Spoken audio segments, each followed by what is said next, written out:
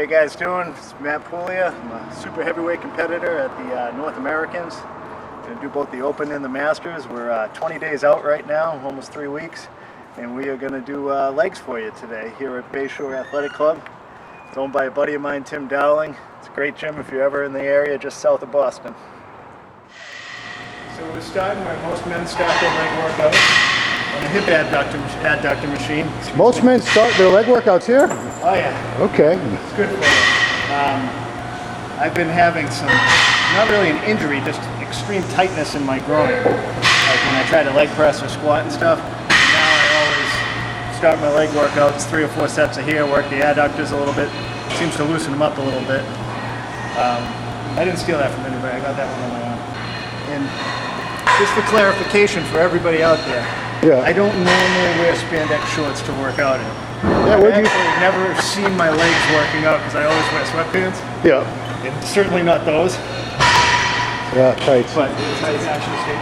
So you can blame me, everybody. I told him he had to wear shorts. These are actually Ron's. I said, yeah. I don't even own them. I bought them in the 90s and I just can't bear myself to get rid of them. Now what? Now what? Now we're on to leg extensions. Yep. And we're going to, first set I'm just going to do a whole bunch, warm up a little bit. Then we'll do 3 or 4 sets of leg extensions, superset with walking lunges.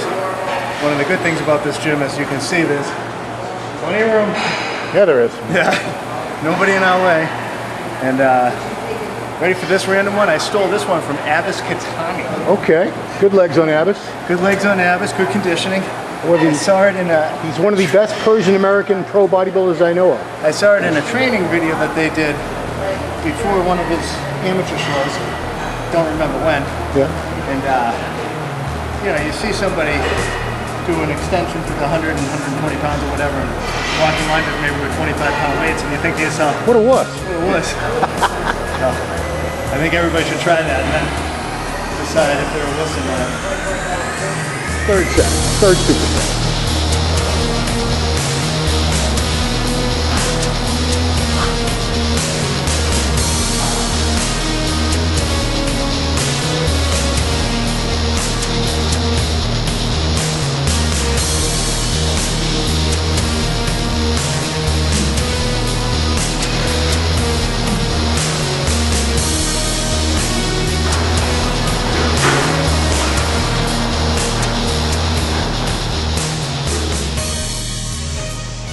Okay, Matt, so we're 20 days out from IFBB North American. Yeah. Where you are not only doing the Masters, you have opted to also jump into the Open Super Heavies, correct? Yeah, you know, I talked it over with Chris Aceto, who I've been working with this year. And, you know, we played around with diet and everything, and it just came in a lot better. And I said, you know, you think I should do the Open too? And he goes, why not? Yeah. So I said, all right, you know, and we'll see that. You know, I know where I fit in the game, and I have no illusion, but I think I'm bringing enough condition that maybe I'll get a little bit of a look anyway and just see where I fit in. You know, because if I do win, I want to do a pro show anyway, and might as well see what I look like next to some of these guys. Sure.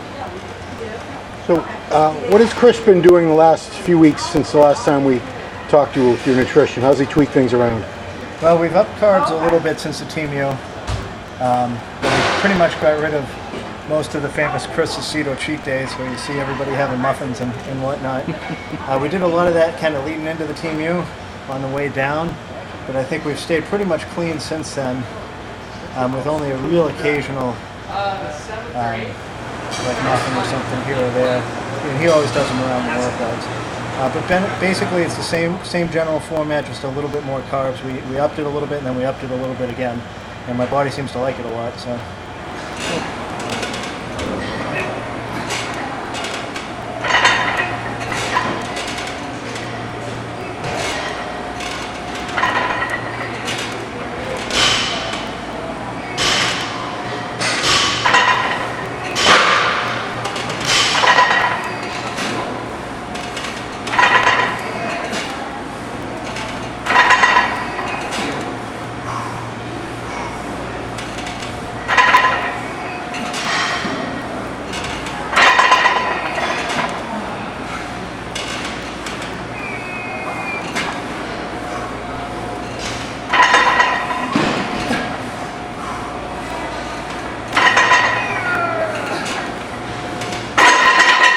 You know, it's 20 days out. You're not trying to break any records, but you're still going as heavy as you can, correct? As heavy as I can, as long as I know it's safe. And you know, this one's nice. It's got a very nice controlled range of motion. You can bail out easy. Yeah. That was pretty close to failure, actually, for me. Yeah. So, what do we do? Like you saw, we warmed up. First exercise was a good pump. Now we'll get a heavy one in, and we'll do a little more pumping. Then we'll finish with what will be heavy at the time. Yeah. Having fun. When you're on low carbs and everything, you're just lean. Getting through something like a tough leg workout, it's not easy as it is, you know, in the off season when you're probably eating 3 times the amount of carbs and twice the calories. So, is it a struggle for you to push yourself through and still have heavy, intense leg workouts at this point? Yeah, well, legs are always tough for me because I'm always battling with my knee and stuff. And you saw it today where, you know, we did a lot of reps and I got a couple heavy sets in here and there. But when I'm this lean, I just really can't push because things are just grinding. If the camera picked up more, you'd probably hear the crunching and snapping, and it's just no good. Well, I mean, give a little scientific reasoning here. It's you have actually less synovial fluid when you're this lean, don't you? Yeah, I think so. And I think, you know, people use the term dry, and I don't know if it's always used properly. But I look like a drier guy. Like, if you look at me posing when I send pictures or whatever, everyone's like, how are you this dry that far out? And I think it's just a leanness factor, but I definitely don't hold a whole lot of water, and I definitely feel that in my joints when I work out this close to a show. Would you say this is the leanest you've ever been in your life right now? Probably pretty close. I think I was probably just as lean at that North Americans in 2013. I was just a whole lot smaller. So probably a good 10 pounds at least smaller. Yeah, it's pretty damn good. You just had last month your 42nd birthday? 42. So you're still a kid, still a kid. Still a kid.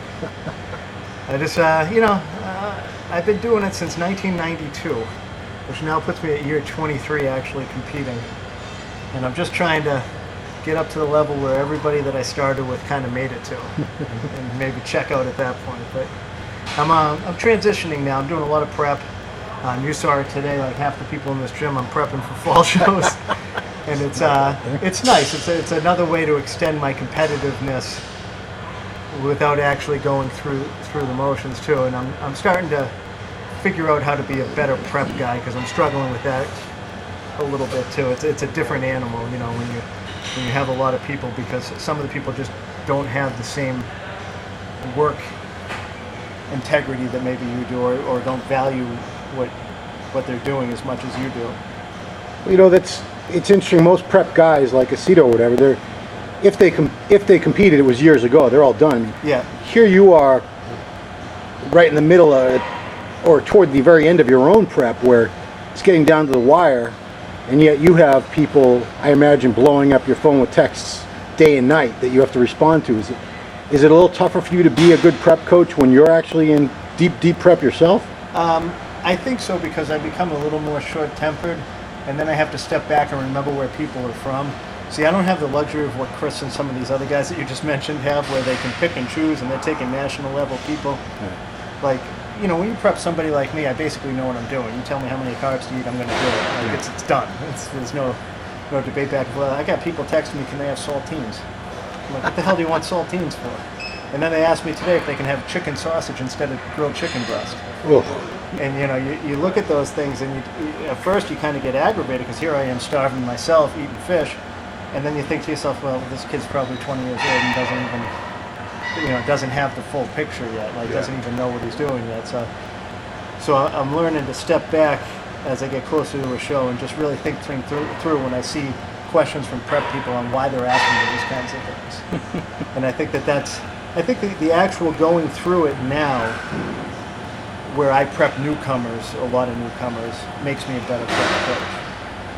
I think for guys like Chris and Hani and George and those guys, obviously they have enough experience and they're working with experienced people so that they don't need to have that kind of mentality, unless they choose to, unless they just happen to take on a pet project.